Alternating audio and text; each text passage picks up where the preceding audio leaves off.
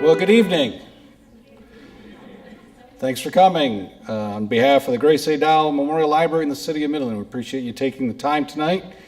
This event is one in a series of programs happening during our Yes You Can at the Library celebration in March and April, as we also celebrate National Library Week. Now coming up, and I got to change the slide here. Next Tuesday night, back here in the auditorium, we'll have another program. A Michigan notable author, John Gallagher.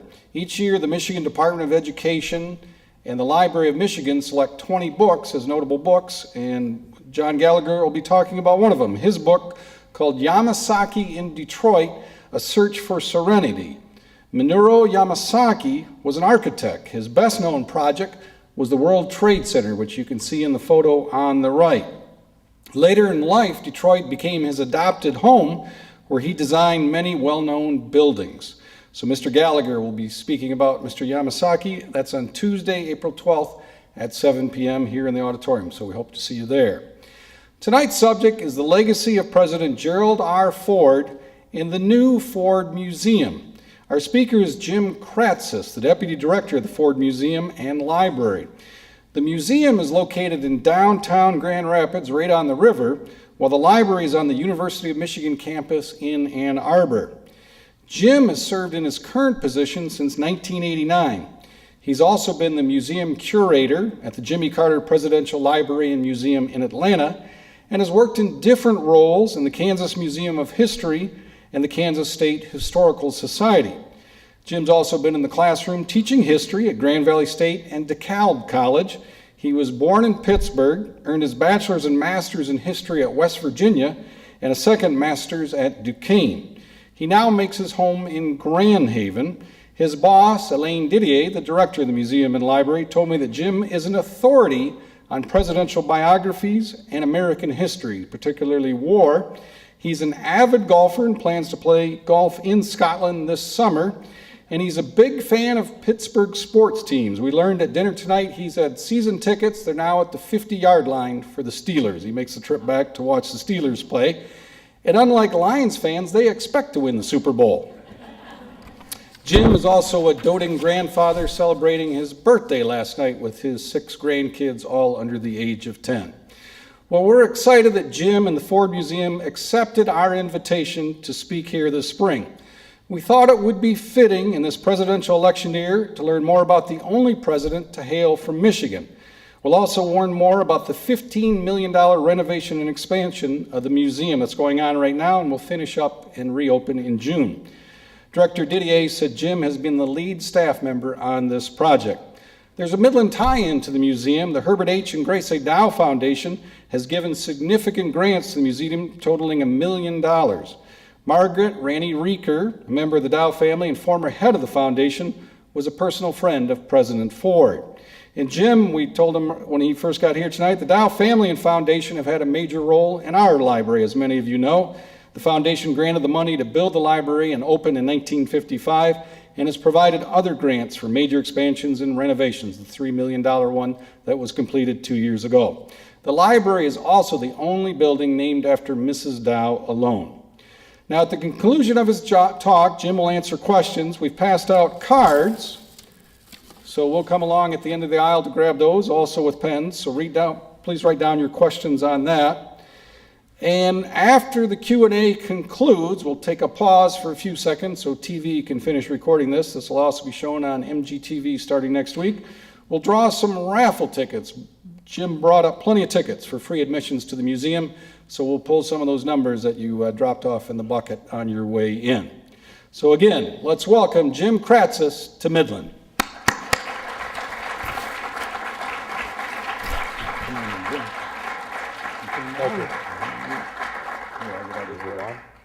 Let me get your mic. Am I on? Yep, there you go. Okay. Hi. My first time in Midland. And it's beautiful here. We've enjoyed it. We really have. It's wonderful. And thank you for having me here. It's always a nice thing to go out and talk about President Ford, the presidents, or any of those subjects that I'm so keenly interested in.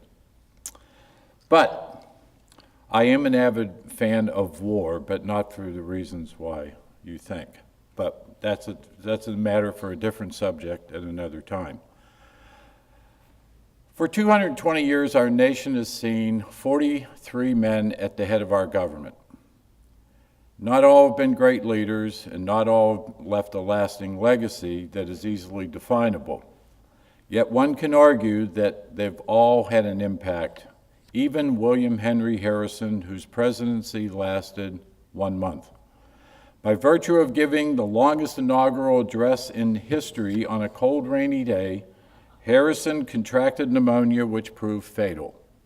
His death, the first of a sitting president, proved the Constitution worked, as the seamless transfer to power to John Tyler proved. A few legacies are easily definable. Andrew Jackson democratized the presidency. James Polk added more land to this country than any other president, albeit at the expense of Mexico.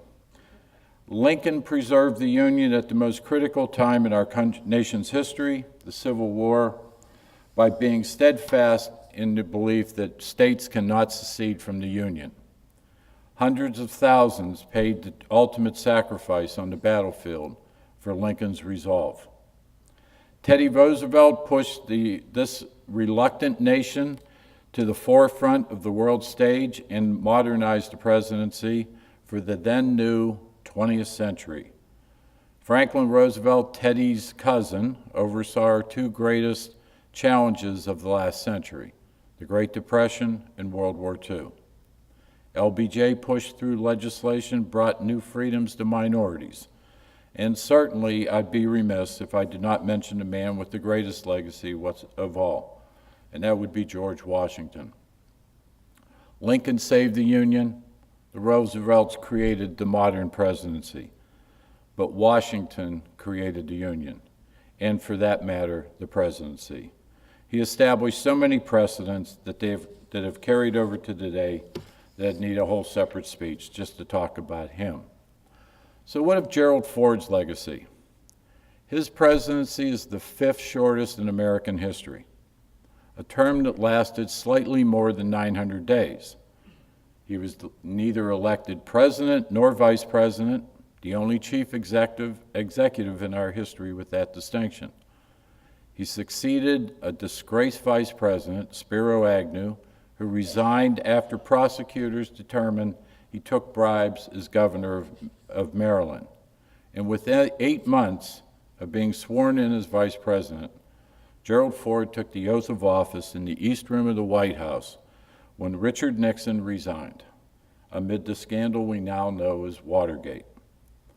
Make no mistake about it, Watergate was the second biggest constitutional crisis in our country's history. A president had run roughshod over the Constitution and the law, and he disgraced the nation's highest office. Americans in America were at a low point, maybe the lowest in our country, as the combined issues of Watergate and the end of the Vietnam War left us disillusioned and reeling. Yet less than 2 years later, our nation celebrated like it has never celebrated before, when we had our bicentennial. Red, white, and blue were the theme everywhere. More history museums open across this land than had opened for decades before. Fireworks were everywhere. Any of you who were alive in 1976 remember how great we felt about each other. And believe me, the only year in the 1970s that the movie Rocky could have won Best Picture was 1976. Every other year it was always the dismal movies, Deer Hunter, the list goes on. But one of the great things about history is it does change. The further we step back from a time period, the clearer the picture. And this is even more so for presidents. A few years ago, how many of you would have thought John Adams was a great American? But David McCullough writes a biography of John Adams that winds up on the bestseller list for months on end. And he McCullough brought out how irascible, funny, brilliant John Adams was. One of the 2 or 3 most important founding fathers. And when Harry Truman left office, he had the lowest rating of any president in our nation's history, except for, does anybody know? George W. Bush is the only other president that left with a worse approval rating. Yet years later now, we think Harry Truman is one of our 10 best presidents because he was straightforward, he was honest. And the things that brought his presidency down and gave him such poor ratings, for instance, his dealings with Korea and his treatment of MacArthur, we now applaud him for. Many other presidents receive higher marks than when they left office. Eisenhower was dismissed as somebody who loved to play golf, and that was about it. Well, I can't blame him for that. Yet his steady hand at the helm coursed the United States through the troublesome 1950s. LBJ was despised when he left the presidency in '69. Yet today he's highly elevated for all of his social legislation, especially in civil rights. Only a Southerner could have gotten the Civil Rights Act passed in this country, and only a Cold Warrior, Richard Nixon, could have opened the gates or opened the negotiations with Red China. Even silent Calvin Coolidge is seen in a better light now than he was 30 or 40 years ago. I can guarantee you one thing: if you want to be a great president, have David McCullough write a book about you. Truman's elevation goes up, John Adams, same thing. And Gerald Ford has had his presidency reevaluated as well. Over the past few years, several historians have reassessed his time in office, and he comes off quite well. His hardest critics also sing a different tune. Journalist Bob Woodward and his partner, Carl Bernstein, both of the Washington Post, who had really had a big hand in bringing Nixon down in Watergate, were livid when Gerald Ford pardoned Richard Nixon. They lambasted Ford in the press. Yet, it was toward the end of President Ford's life, Woodward was at the National Press Club, and President Ford was on stage with him. And Woodward sincerely apologized for criticizing Ford for the pardon. He realized he had done the right thing. And in 2001, Gerald Ford received an award that meant more to him than the Congressional Medal of Freedom, Congressional Medal that he won, or the Presidential Medal of Freedom. He won the Kennedy Profiles in Courage Award, and he won it for pardoning Richard Nixon. By doing it, by having the courage to do something that would harm him politically. And who was one of Ford's most heaviest critics when he pardoned Nixon? But Ted Kennedy. And Ted Kennedy said, "Time is a way of clarifying things. I now know, Mr. President, that you were right and I was wrong."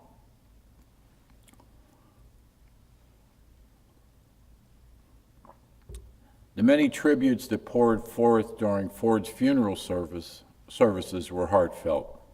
Journalists, historians, and Democrats alike pined for another Gerald Ford rather than the partisan politics of today. I'd like to now talk a little bit about the legacy of this common man from Grand Rapids that left both us and the nation. If we hearken back to that dark summer of 1974, there was plenty wrong in this country. Long gas lines, double-digit inflation, increased unemployment. It resulted in the worst economic time of the 20th century outside of the Great Depression.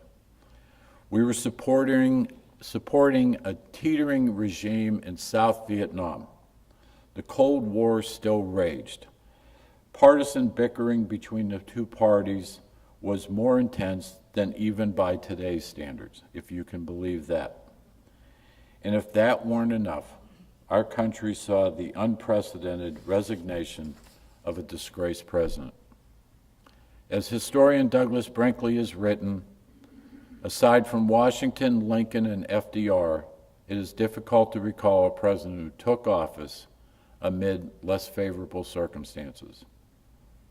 And if the country and the presidency were in bad shape, Gerald Ford had the added misfortune of facing a Democratic Congress that couldn't wait for the 1976 election when they were assured that a Democrat would become president.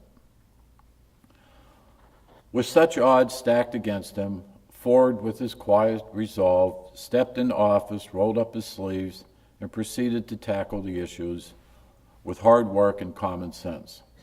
Within a week, Ford addressed the joint session of Congress to lay out his plans and hopes for our nation's ills. In his plain-spoken way, Ford told the legislators,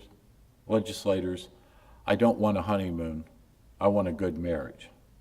In other words, a working partnership between two branches of government based on compromise, not on party lines. He reached out to opponents to put differences aside for the good of the land. And to Ford, his first priority was the economy. And to him, inflation was domestic enemy number one. It was the one thing that was dragging the economy down more than anything else. He immediately gathered economists to assess the issue. He trimmed government spending and anything else that might get this matter under control. Within 18 months, inflation was reduced by half, and the jobless rate was down. He also tackled government spending. We think of Ronald Reagan as somebody who vetoed all these bills.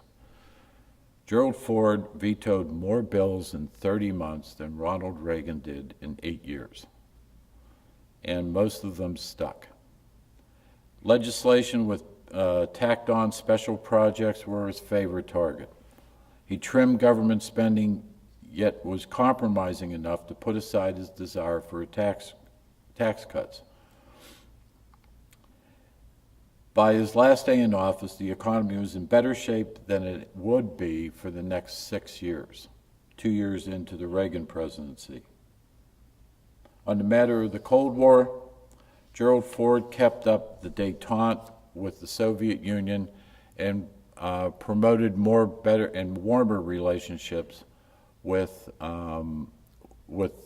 Red China that Nixon had opened up. And his greatest achievement during his presidency in foreign affairs was his decision to go to the international gathering at Helsinki, where foreign leaders gathered in 1975. It was here that Gerald Ford signed Helsinki Accords and persuaded Brezhnev, the premier of the Soviet Union, to do likewise. Those accords made human rights a bargaining chip in any negotiations between the West and the Warsaw Pact nations. Jimmy Carter later said it was one of the most important pieces in bringing down the Soviet Union and communism in Europe. It allowed for dissent in those nations. There's a reason why Lech Walesa was able to speak out, why there was a lot more dissidence coming to the fore, especially in Eastern Europe. It was the Republican Party that were his biggest critics, Ford's biggest critics. But he said, I would rather sign this than have the United States be accused of not promoting peace. And upon Ford's assumption of office, the United States had deep wounds from Watergate and Vietnam. 11 days after being sworn in, Ford began the healing process over the war. He offered a conditional clemency or amnesty plan for some 50,000 draft resistors who were living in either Canada or Mexico, because they believed it was an unjust war. This was in sharp contrast to Richard Nixon, who had no sympathy for those who had broken the law. What makes Ford's plan notable is where he chose to announce this clemency plan. Did he do it at a liberal forum? They wanted him, his advisors wanted him to make that announcement at the University of Michigan or Ohio State University. No, he didn't go there. Instead, he went to the audience that would be the toughest to persuade.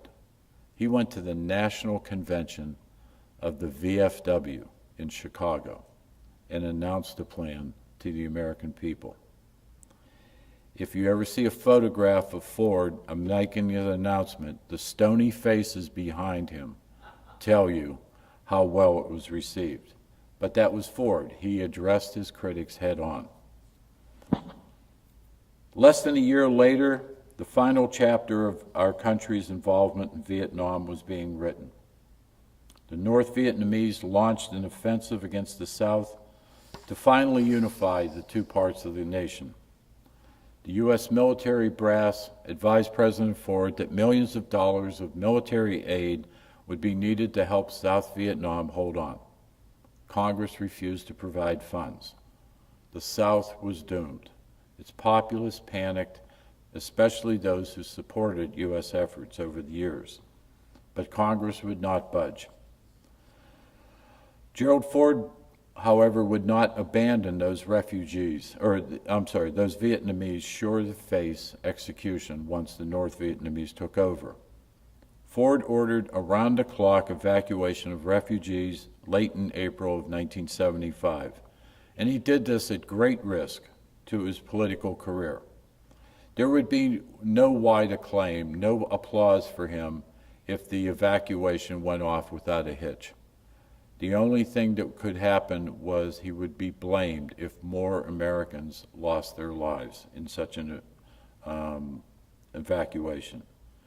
Yet Ford was adamant that as many as could be rescued would be, especially the most innocent of all, the young children, the orphans, especially those of mixed blood with American GIs and Vietnamese women.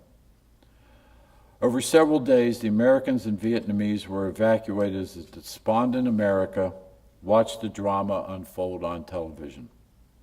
To Gerald Ford, it was the absolute worst time of his presidency. Yet 120,000 refugees had been saved, but they had no place to go. Thailand, the Far East nations refused them. We don't want them. So Ford requested aid from Congress to help the refugees find homes in America. Again, Congress said no. But Ford would not be denied. Instead, he called his friends all across the country, and especially in Grand Rapids. I don't know if any of you are aware of this, but in Grand Rapids there is a heavy, very large community of Vietnamese, and they love Gerald Ford. He called in favors to his friends. We need to find homes for these people. And to this day, they are still ever so thankful. The most lasting legacy of President Ford was the healing of the nation. Vietnam and Watergate were bad enough on their own. To have them both at the same time left America as low as possible.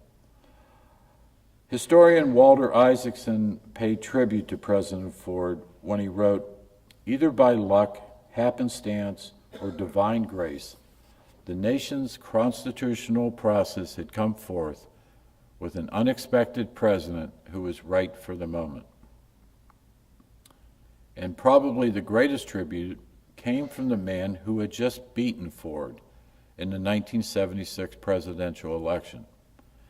Jimmy Carter's first words out of his mouth on his inauguration were, "For myself and for our nation, I want to thank my predecessor for all he has done to heal this land." The healing of the nation could not have occurred if Gerald Ford didn't have the courage to put himself in harm's way politically. Ford's approval rating was skyrocketing. He was loved by the American people that first 30 days in office. He was open, he was candid, he became close to the media, and he made himself available to the media and everyone else, which was completely different than the bunker mentality that they had all just experienced under the Nixon administration. He could probably have carried that popularity all the way to an election victory in 1976. Yet Ford knew that the nation needed to move forward, but it couldn't as long as the Nixon problem hovered over all of our heads. Years later, Bob Woodward wrote, "What at first and perhaps for many years looked like a decision to protect Nixon with the pardon was instead largely designed to protect the nation. Watergate was a poison that would not go away.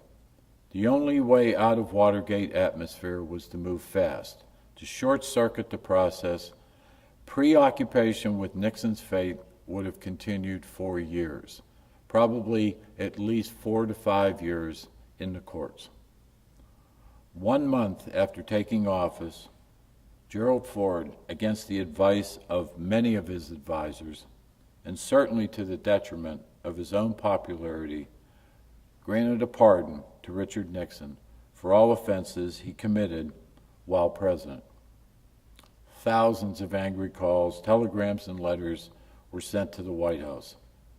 Newspapers across the land raked Ford over the coals. Democrats and many Americans believed the deal was made before Nixon resigned. And Ford's own press secretary and friend, Jerry DeHorst, immediately resigned. The firestorm that ensued was expected, but not the intensity. Ford had decided that 200 million American people had to move forward, but they could not until the problems of one man were gone. Ford believed he had an obligation to history, but history had no obligation to him. What did baffle Ford was the fact that by accepting the pardon, Nixon did what? He confessed his guilt, but that never came out from the White House. I think I for one, was very upset when Ford pardoned Nixon. But now I know he did the right thing. I think if the Ford administration, all we wanted was Nixon to say, "I'm guilty." All we wanted Barry Bonds to say was, "I took steroids." Am I correct? All we ever wanted was Bill Clinton to say, "I had sex with that woman." That's all we want as Americans, is it not? We just want the truth. You lie, you're not going to get away with it. So, if by accepting the pardon, Nixon confessed his guilt, but Ford could not understand why his critics could not see that same thing. Ford's courage was doubly illustrated by a subsequent fallout from this pardon. The Democrat-controlled Congress wanted to launch hearings to determine whether a deal was made. In one of the boldest moves by any president, Ford, against every one of his advisors and all of his cabinet members, agreed to testify before Congress. It has been the only time in the history of our great land, or one of the very few times, one of only 3 times that a president has gone to testify before Congress. The previous one to Ford was Woodrow Wilson, and the one before that was Abraham Lincoln, and that was just to answer some minor questions. This was about the pardon. But Ford went. He went before Congress. He had no advisors. He didn't have any lawyers beside him. He went in there alone. No notes, no briefing book, no fear. The hearing was short. Pretty much, the first question was the deal made? Ford looked at him and said, no. There was no deal. And they knew that they could trust Ford. And that was the end. It was probably the shortest congressional investigation in history. But he did do it. I can't imagine a Bill Clinton, a George W. Bush, or any other president going in and agreeing to testify in front of Congress. And President Clinton, as an example, received extremely harsh criticism by pardoning people at the end of his presidency. What's the political fallout when you pardon at the end of your presidency? None. Yet Ford, by contrast, pardoned Nixon at the very beginning of his presidency. And he had to live with that all the way through the '76 election. Did it cost him the '76 election? Probably. It was certainly one of the factors that led to that. So what made Gerald Ford the man? Well, he was blessed with two loving parents, a mother who cared for him, and a stepfather who instilled values that carried the young Jerry on through achieving the rank of Eagle Scout, a football star, and a law degree from Yale. His parents had three rules: tell the truth, work hard, and come to dinner on time. And woe be to any of those who did not adhere to those rules. He was a man from Grand Rapids, a place that a historian once said, where someone goes afar but never leaves. Gerald Ford was a striver. He was not a gifted orator. He was not a man blessed with great ideas. He endured. He strived. He worked hard, and he always tried to do his best. He once said that in life you make your own wealth. And by wealth, he was not talking about money. He never took a shortcut. When he decided he wanted to go to law school, he could have gone to Michigan State, University of Michigan. No, he wanted to go to the best law school. He wanted to go to Yale. And he worked hard to get into it. And Ford was a man of integrity, an attribute that got him both the vice presidency and the presidency. In our country's history, no person that has ever been nominated for the Supreme Court, a cabinet position, anything, underwent the scrutiny that Gerald Ford did when he was nominated for the vice presidency. 350 FBI agents traversed this entire country looking into the background of Gerald Ford. And there was nothing they didn't look into. They even asked his tailor in Grand Rapids, did he pay his bill on time? The FBI produced a 1,700-page file on Gerald Ford, and in some they found nothing, just the rarest of commodities, an honest politician. Alan Cranston, a liberal Democrat from California, said upon Ford's nomination as vice president, I doubt if there has ever been a time when integrity has so surpassed ideology in judging of a man for so high an office. Gerald Ford had no adversaries, had plenty of adversaries, but he had no enemies.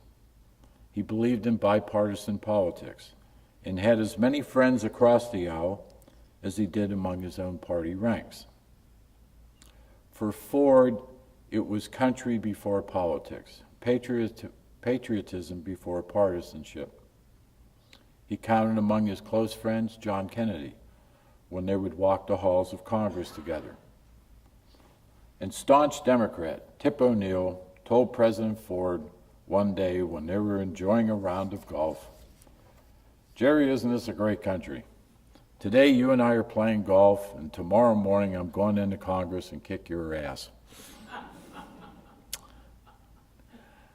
Ford did the opposite of what today's presidents and presidential hopefuls do.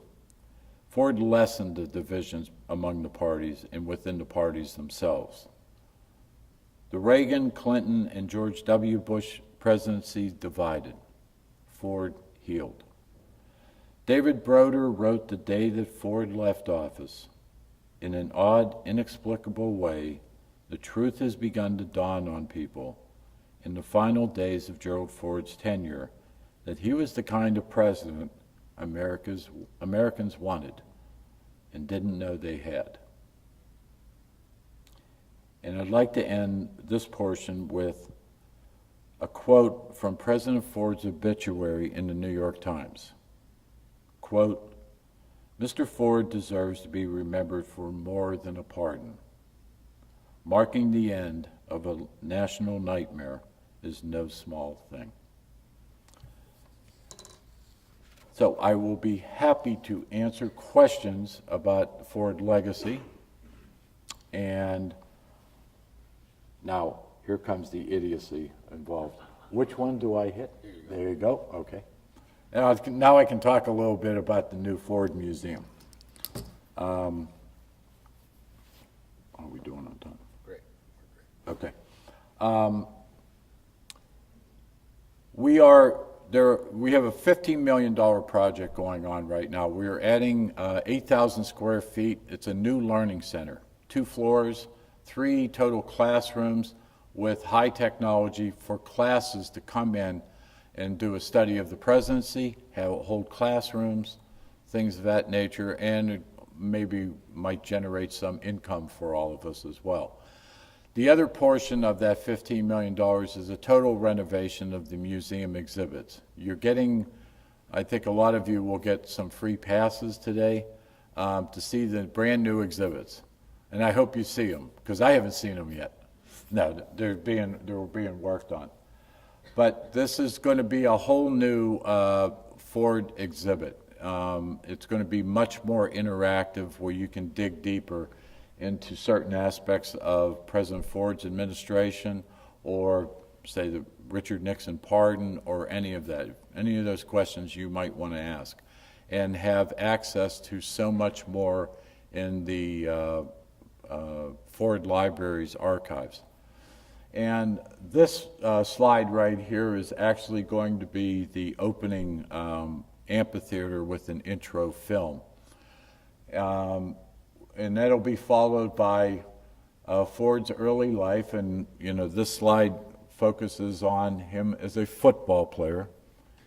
After he graduated from University of Michigan, he was actually offered a job to play for 2 professional teams, Green Bay Packers, with a letter from Curly Lambeau Field fame, and from the Detroit Lions.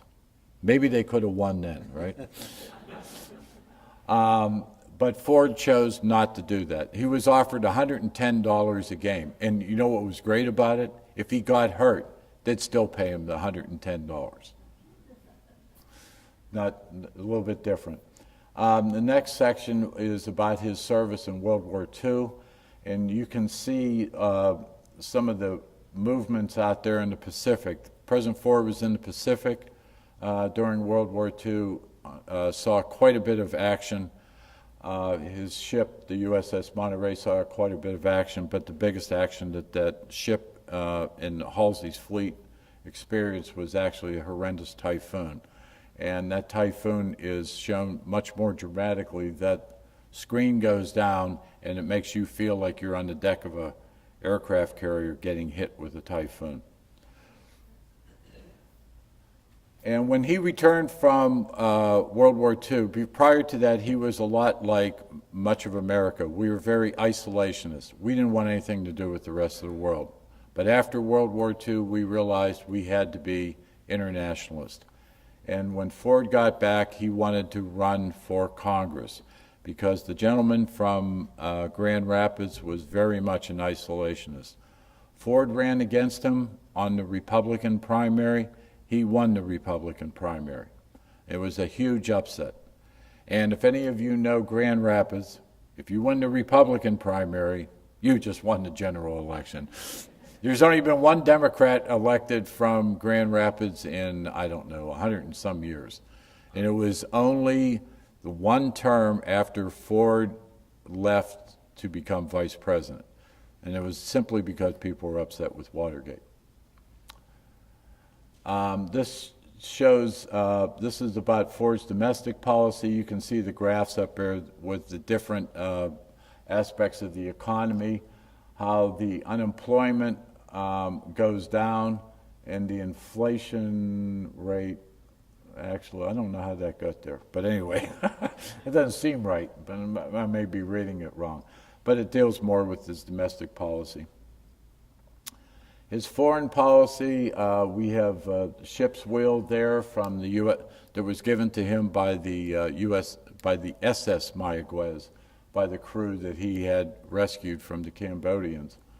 You can see Ford with Brezhnev wearing that, whatever that Russian hat is that they like to wear, and the wolfskin coat. But there'll be a lot more interactions in that regard. Certainly, you can't talk about Ford without talking about Mrs. Ford. You have certain great love stories in White House history. You have John and Abigail Adams.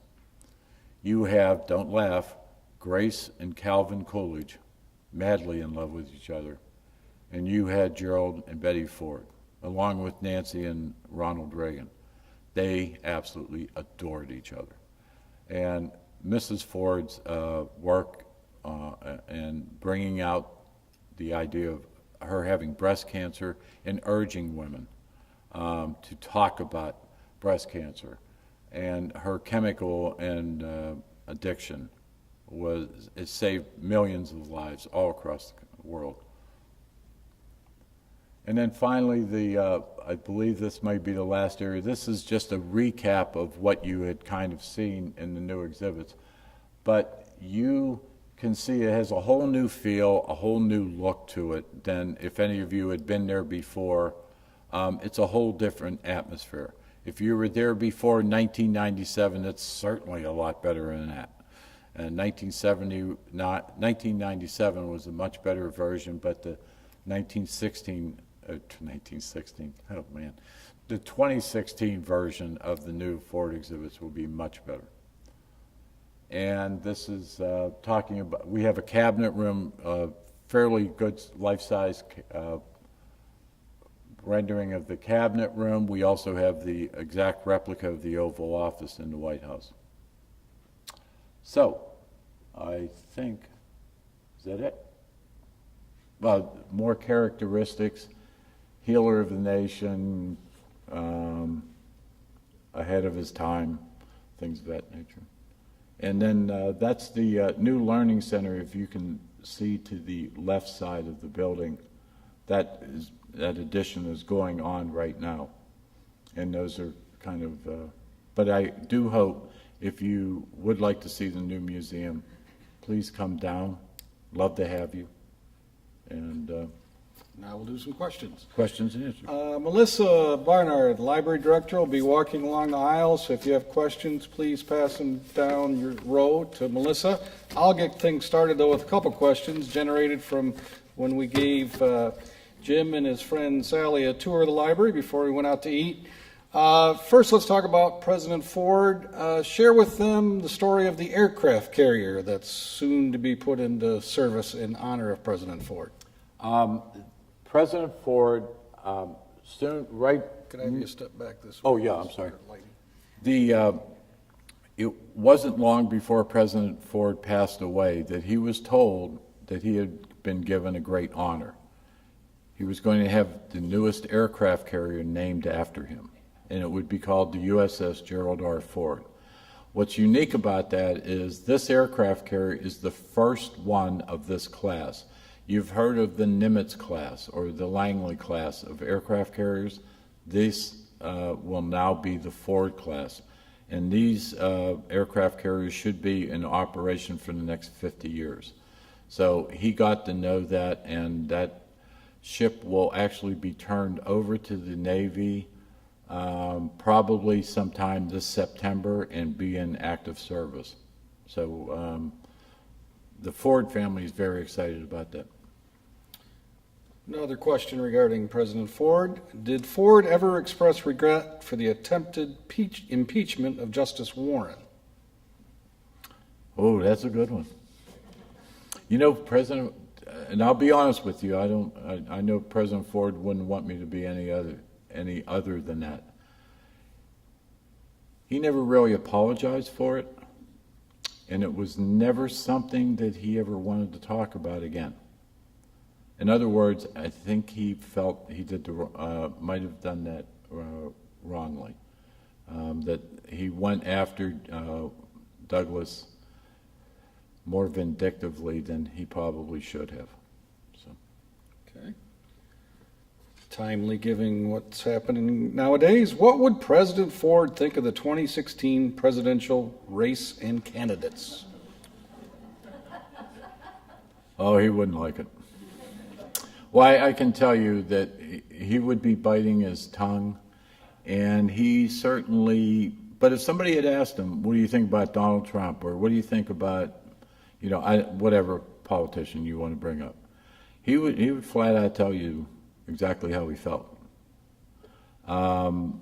Ford hated, I know in the last years of his life, he constantly was appalled, dismayed by the constant bickering between the two parties. They used to bicker all the time in Congress, in the 40s and the 50s and the 60s and the 70s, and Ford was part of that. But at the end of the day, they would go into the Sam Rayburn room, sit down, have a cocktail together, and laugh. In other words, they were adversaries, but they were not enemies. Now it has become, it's basically personal, and politics should never be personal. Yeah, I'll ask a follow-up to that, Jim. I mean, some of the history I've read from the early days of the U.S. talked about how vicious the campaigns were back then. Are we the same, worse, not as bad as back then? There was no worse time in American history as far as politics and races than the Adams-Jefferson race. That was horrible. Those were more than personal attacks. They were attacks on children, on the wives. They were attack on everything. And certainly in the 20s and in the, Warren G. Harding was accused of being part African American. I mean, we think that's fine now, but back in the 1920s, that was not something. You have Andrew Jackson, who was still, anybody would dare say a cross word about his wife, Rachel, would soon be staring down the barrel of a pistol. So politics have never been a lot of fun. I think they were a lot more civil in the 40s, 50s, 60s than they have been. And actually in the 1980s, they were fairly civil. But nowadays, it's what happens with 24-hour media. Another question. Do Americans expect too much from our presidents? Yes, you do. I mean, these guys aren't God. Or if a woman gets in, none of these people will be gods. They're humans. They make mistakes. And I know I could never become president of the United States. I'm too honest. I would get in so much trouble. I'd be impeached, day after Inauguration Day. We do expect too much from them. You expect them to fix your economy. They can't fix your economy. You expect them to fix the jobless rate. They can't fix that. They may say it, but they can't fix it. It's much larger than that. You find fault with presidents who might go to war or might not go to war over certain matters. It's a very difficult decision to send somebody off to fight, for their very lives. I do think we do expect much more from them. But then again, that's the only person that we can identify with. None of us can identify with 535 members of Congress. That's a conglomeration. The Supreme Court, even though it only has 9, you're not blaming any one of those. You only have one person you want to blame. 200 and some years ago, we threw off the yoke of royalty in this country, but we really haven't, because we love our first families. They're royalty to us, even though they're only elected for a brief period of time. A question away from the presidencies, and just want you to share with what you shared with Melissa and I when we were talking. You've also read a lot about wars. Share with the audience what you shared with us tonight about the significance of World War I to the world.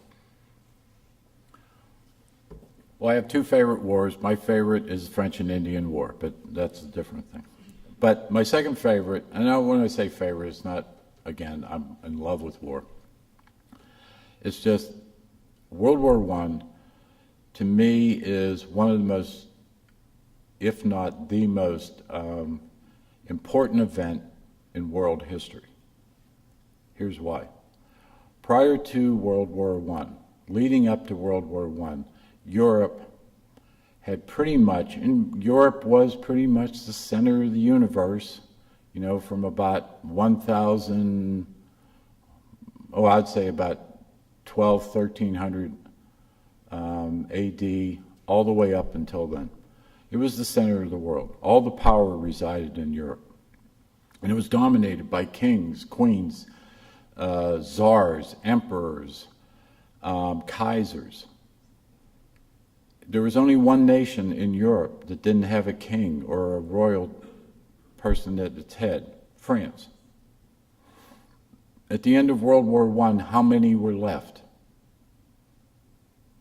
One, maybe two. If you want to count the king of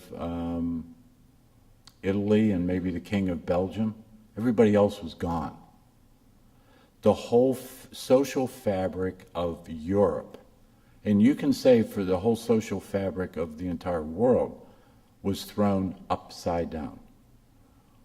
It was no longer a war where it was a matter of, the brave will win. It's not the brave anymore. It's who has the best weapons, who can fire their machine gun faster, who can bomb from the air, who can gas more. World War I is unbelievable. And while so many of us talk about World War II, for the soldiers, there was no war that was worse for the life of the soldier than in World War I. World War II was horrific. But World War I started another important event. For the first time in modern war, civilians became the target. If you think about when you talk about the Titanic's not a big deal. When they sunk the Lusitania on purpose, they're saying civilians are now combatants. Now when we fight a war, are we trying to take out an army so much? No, we're trying to take out their nerve center, their cities, their populations. That is what World War I did. Question about the museum, and then a final question. What is the cost, if you know this off the top of your head, for a child or an adult to visit the museum? Okay, we just changed the admission price, and I can't remember because I'm getting old. But I think the adult membership is adult entry is $8, and then it's goes down $6 and $5. I think children over the age of 4 are free. I apologize. I'm going to be retiring right after we reopen, so I don't care about that anymore. I don't have to memorize this stuff. So, we can always do rates. And it's the FordLibraryMuseum.gov. Yes. To look that up. Final questions. You started with the Ford Museum in 1989. It opened in 1981. President Ford died in 2000, what year? 6. 2006, so I assume you knew him. Could you share a story about your relationship with him, and then also about the funeral and those proceedings in Grand Rapids? Okay. I'll just tell you this story. I never tell anybody this one. I actually got to golf with President Ford out in California. What a thrill this was. And we were actually golfing. It was Ford. I was partner with Leonard Firestone of Firestone fame, right? So Leonard Firestone's my partner. I mean, I don't know what the hell's going on. Ex-president, Ambassador Leonard Firestone's got more money than I'll ever see. And then there was another gentleman that was President Ford's partner. Well, here's the story. First hole, I was on the tee, on the driving range. I couldn't hit a ball off the ground. I was just too nervous. First tee, I drilled a drive like 250, 275 right down the pipe. Ford looks at me and said, "You work back in Grand Rapids?" I said, "Yes, sir, I do." A few holes later, President Ford, I'm riding with Ford in his cart, and Ford goes up to his ball, and I'm thinking, nah, that's not where his ball went. Well, he went up to hit it, and Leonard Firestone said, "Jerry, what are you doing?" He said, "I'm playing my ball here." Firestone said, "No, that's my ball." And Ford said, looked down, he said, "What are you playing?" He said, "Well, I'm playing Titleist 1. And Firestone said, "Well, I'm playing the Titleist 1. And the two went at it. Not physically, but I mean, they're yelling at each other. Oh my God. And then Ford looks at me and said, "I knew it wasn't his ball." And Ford said, "Jim, was that my ball?" And I went, "You know, Mr. President, I'm so sorry. I was just trying to pay attention to where mine went." I wasn't about to say something. Anyway, I drilled it. The last hole, we were all tied. I hit my second shot within a foot of the cup, tap in, birdie. I win $5. It was great. The funeral was extremely somber. As soon as the president goes into office, there are already plans in place to bury each and every president. And it is a state funeral. Much of it is already planned out. But locally, there was a lot of work to do. And it was probably the biggest honor of my life was to be involved with the funeral and burial of President and Mrs. Ford. I cannot tell you, for somebody to entrust that to me is really made me feel awfully humble, to say the least, especially when, a Mrs. Ford or Susan Ford Bales or Steve Ford come up to you and say thank you. That meant a lot. So, but it was a very moving day in Grand Rapids when his remains arrived, and then that last day, and overnight when 62,000 people, we opened up the museum for people to come in and pay their last respects. At 5 p.m., there was a continuous line of people coming into the museum overnight. Remember, this is January. This is the evening of January 2nd into January 3rd. We had 62,000 people out in the cold that would not get out of line. They wanted to be part of this. So we had 62,000 come in between 5 p.m. day before to 11 a.m. the next day. It was really remarkable. It really was. So.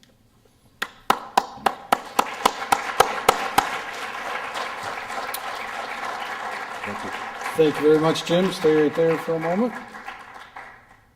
Just want to mention again, the next Tuesday we have a program here with notable author John Gallagher, Yamasaki in Detroit, A Search for Serenity. Again, we want to thank Jim Kratzis to come here from Grand Rapids to present this program. And again, the new Ford Museum, the grand reopening is June 7th. So again, thank you for attending. In a moment, we'll have our raffle to give away tickets, so you can go down to the Ford Museum.